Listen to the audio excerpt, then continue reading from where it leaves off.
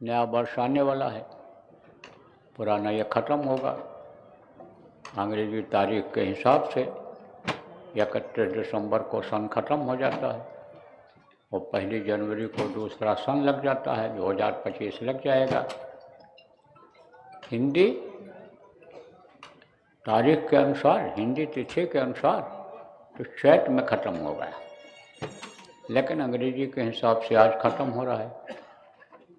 तो आज अपने लोगों को ये समीक्षा करने की ज़रूरत है, देखने विचार करने की ज़रूरत है कि भाई हमारा एक साल निकल गया और इस साल में हमने क्या अच्छा किया, क्या बुरा किया।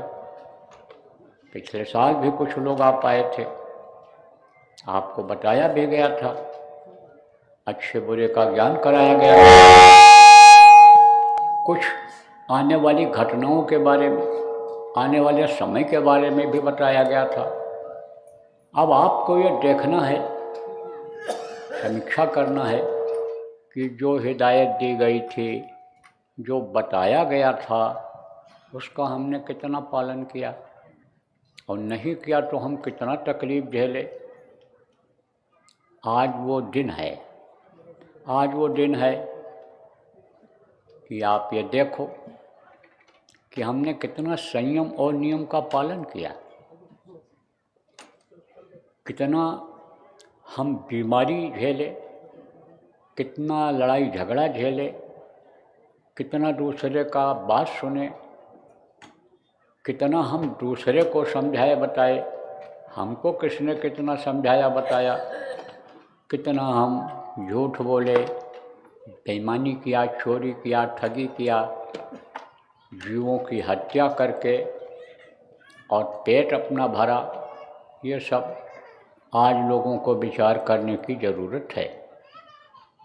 देखो, कर्मों का विधान बनाया और जब से कर्मों का विधान बनाया ये जीव फंस गया, कर्मों के बंधन में आ गया। कर्म आपने जो किया उसका फल आपको मिला, भोगा आपने, अब आगे न भोगो, उसके लिए संकल्प बनाओ। आप जो नामदानी हो, जिनको बताया गया कि यह मनुष्य शरीर भगवान के प्राप्ति के लिए मिला है, देवी देवताओं के दर्शन के लिए मिला है, इसी में वो भगवान मिलता है। और मिला लोगों को तब कहा मीरा ने कि घट घट मेरा साइयाँ, सुनी शेर न कोय, और बलिहारी हुआ घट का जागट प्रगट होए। तो इसी में मिलता है। मुसलमान फ़कीर ने भी कहा, अल्लाह अल्लाह का मज़ा मुर्शिद के महखाने में है, दोनों आलम की हकीकत एक पैमाने में है, ना खुदा मंदिर में देखा, ना खुदा मस्जिद में है, और शेख जी रिन्नों से पूछो दिल के आशानी में, इसी में मिलता है। इसीलिए इसको तो स्पिरिचुअल मास्टर ने टेम्पल ऑफ लिविंग गॉड बताया। तो आपको ये बताया गया, गुरु महाराज भी जो उनके शिष्य हो आपको बताते रहे हैं, और उससे मिलने का भी तरीका बताया गया कि इस तरीके से वो मिलेगा। सुमिरन करने से मिलेगा, प्रार्थना करने से मिलेगा, ध्यान भजन करने से मिलेगा, सेवा करने से मिलेगा। तो आपने कितना किया, इसकी आप करो समीक्षा। और ये अगर आपके फायदे की चीज़ लगती है तो आगे जो कल से 2025 लगने वाला है उसमें आप संकल्प बनाओ। देखो प्रेमियों, आगे पीछे अपने करनी का फल भोगे का परी। आगे पीछे करनी जो होती है उसका फल भोगना पड़ता है, तुरंत उसका फल नहीं मिलता है, लेकिन समय ऐसा आता है कि उसका अच्छे और बुरे का फल मिलता है। बुरा करेगा सज़ा मिलेगी और अच्छा करेगा तो अच्छा का फल मिलेगा। जिस तरह का काम करेगा उस तरह का उसको फल मिलेगा।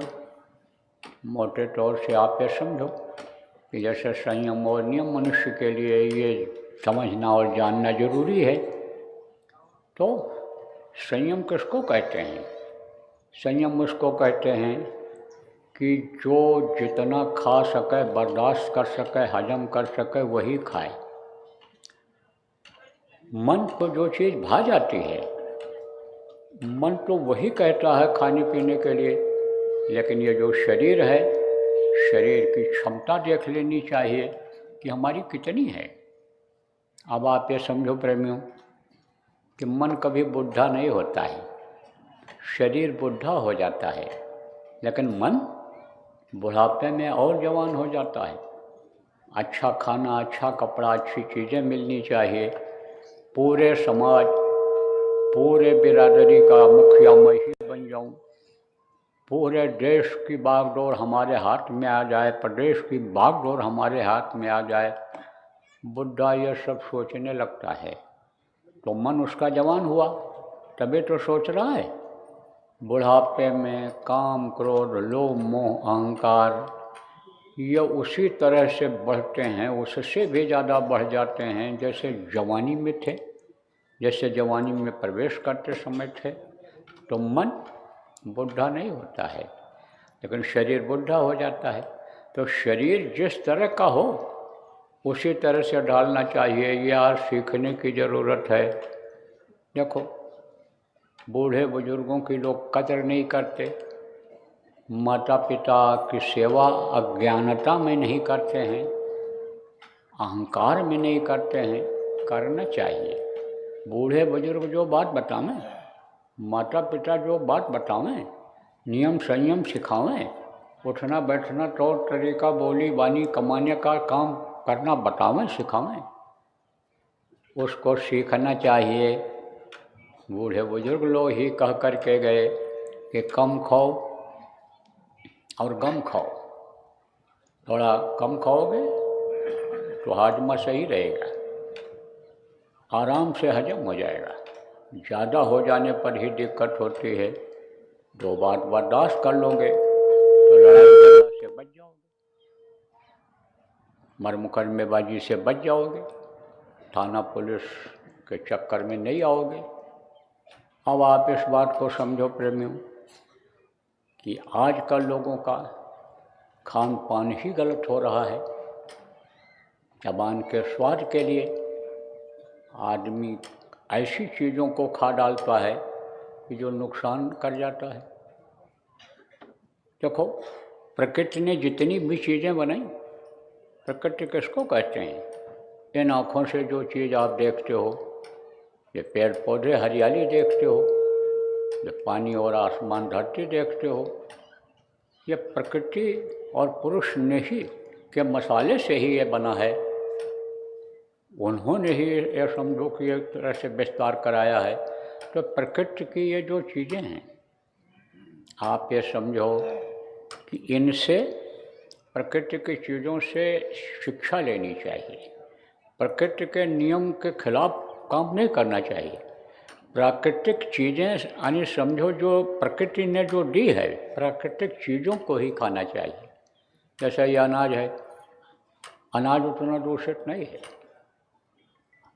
गेहूँ का आटा की रोटी खाओ, बाजरा ज्वार की खाओ, मक्के की खाओ, तो उसमें ज़्यादा ताकत मिलेगी, पेट की सफाई भी होगी, मटड़ियाँ साफ रहेंगी। और बाज़ार की बनी हुई चीज़ें, क्या क्या चीज़ उसमें मिला के बनाया गया, नियत कोई ख़राब करके, और जो चीज़ नहीं भी डालना चाहिए वो चीज़ डाल दिया स्वाद बढ़ाने के लिए। आप समझो कि ऐसे तेल में पका दिया कि जिससे दिल दिमाग बुद्धि भी खराब हो और शरीर का ह्रास होता जाए धीरे धीरे। अब वो चीज़ अगर खाओ तो ह्रास होगा, ये कमज़ोर होगा, अतड़ियों पर असर पड़ेगा, लीवर जिसको कहते हो उस पर असर पड़ेगा, तो बीमारी आएगी कि नहीं आएगी? आएगी बीमारी। आपको ये भी बता दें, नए वर्ष में बीमारियां ज़्यादा आएंगी।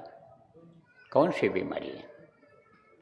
ये जो पीलिया होता है, लकवा होता है, ये बीमारियां ज़्यादा आएंगी। चिकनगुनिया जिसको कहते हैं, ये बीमारियां ज़्यादा आएंगी। हार्ट अटैक जिसको कहते हैं, ये ज़्यादा होगा। ना विश्वास हो आपको तो जब 1 जनवरी और 31 दिसंबर को, 31 दिसंबर 23 और 1 जनवरी 24 को जब आप सुनने आए थे जो पुराने लोगों, तो बताया गया था कि 23 से ज़्यादा 24 में बीमारियां आएंगी, नई नई बीमारियां आएंगी, तो वहीं आएंगी। अब इनसे बचा कैसे जाए? रहना तो है इसी समाज में, इसी देश में रहना है, जहाँ की जैसी व्यवस्था होती है उसी हिसाब से रहना पड़ता है। तो बचेंगे कैसे? इन्हीं चिकनी चीज़ों से, चुपड़े चीज़ों से जब परहेज करेंगे तो इन बीमारियों से बचेंगे। ये इलिया पीलिया और ये सब क्यों होती है? आप ये समझो, जब लीवर में चिकनाहट ज़्यादा हो जाती है तब होता है। हार्ट अटैक क्यों होता है? इन्हीं चिकनी चुपड़ी चीज़ों से होता है। थोड़ा सा अगर स्वस्थ आदमी घी रोटी में लगा करके खाए, दाल में थोड़ा सा डाल करके खाए तो वो ज़्यादा नुकसान नहीं करता है। लेकिन उसी घी का अगर छौंका लगा दिया गया, आप ये समझो उसी घी को जला करके और उसमें कोई चीज़, खाने वाली चीज़ को बना दिया गया, तो आप ये समझो वही नुकसान कर जाता है।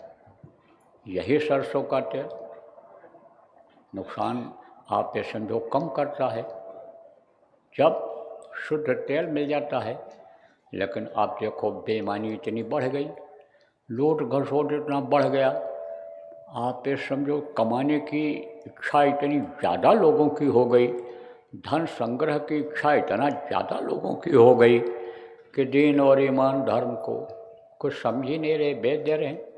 लेकिन अब रहना उन्हीं के बीच में है आपको, तो आपको तो सावधानी बरतनी चाहिए। बहुत ताकत है इसमें। सरसों के तेल की मालिश लोग करते थे पहले, और देखो हड्डियाँ कितनी मजबूत हो जाती थी। आजकल तो ये जो चड्ढी बनियाइन पहनने वाली बहुएं हैं, ये जो आती हैं वहाँ से ऊंची एड़ी की चप्पल पहनकर अंग्रेजी बोलती हुई, वो तो अपने बच्चों को दूध तक नहीं पिलाती हैं। कहते हैं स्वास्थ्य खराब हो जाएगा। दूध पिलाने से स्वास्थ्य खराब होता है? ये निकलने वाली चीज़ है। कुछ चीज़ें ऐसी हैं कि जैसे पेशाब है, लेट्रिन है, इसका निकलना ज़रूरी है। पेट में अगर रोकोगे तो विकार पैदा होगा, बीमारी पैदा होगी। सड़न, जब वो चीज़ जो निकालने वाली है लेट्रिन है, जब सड़ने लगेगी तो अब आप ये समझो उसमें कीड़े पड़ जाएंगे तो नुकसान करेंगे वो। तो जैसे ये चीज़ें निकालने वाली होती हैं, ऐसे ही दूध भी यानी निकालना ज़रूरी होता है बच्चे के लिए, लेकिन दूध पिलाना नहीं पसंद करती और मालिश तो करनी नहीं चाहती हैं। कहती हमारे कपड़े खराब हो जाएंगे। हाँ, अब आप समझो कि पुत्र से ज़्यादा कीमत आज उनके कपड़े की हो गई, तो अब ये क्या है? ये कलयुग का असर है कि नहीं है? तो आपको मैं बताऊं, घटस्य लिखा है, घटस्य सप्त गुणम तैलम और मर्दनेन न तो भक्षणेन। अब इसका अर्थ बता दें, घी से 100 गुना ज़्यादा ताकत किस में है? तेल में है। कौन से तेल में? यही सरसों का तेल। आप लाही कहो, सरसों कहो, उसके तेल में ज़्यादा ताकत है घी से, लेकिन खाने से ज़्यादा ताकत है मालिश करने में। तो कितना सुंदर शरीर देखने में रहता था। आप समझो कि इन चीज़ों का उपयोग जब लोग करते थे, बुढ़ापा आती थी, बुढ़ापा बहुत दूर रहती थी। जब लोग नियम का पालन करते थे, जैसे बच्चों को आज कराया जाता है कि जाओ तुम जब सुबह उठो तो लेट्रिन करके आओ, फिर मुंह धो। आप समझो कि दांतों को साफ करो। जीभ में जो मैल अंदर से निकली है, दांतों में जो मसूड़ों में जमा हो गई है, रात में सोते समय जो अंदर की गंदगी निकली है, उसको साफ करो। वो चीज़ फिर, वो गंदी चीज़ फिर पेट में न जाने पावे। आप ये समझो ये चीज़ बताई जाती थी, आज भी बताई जाती है। जब बच्चों को बता दिया जाता था कि जब सुबह जाओ, सुबह जब उठो तो अपना थूक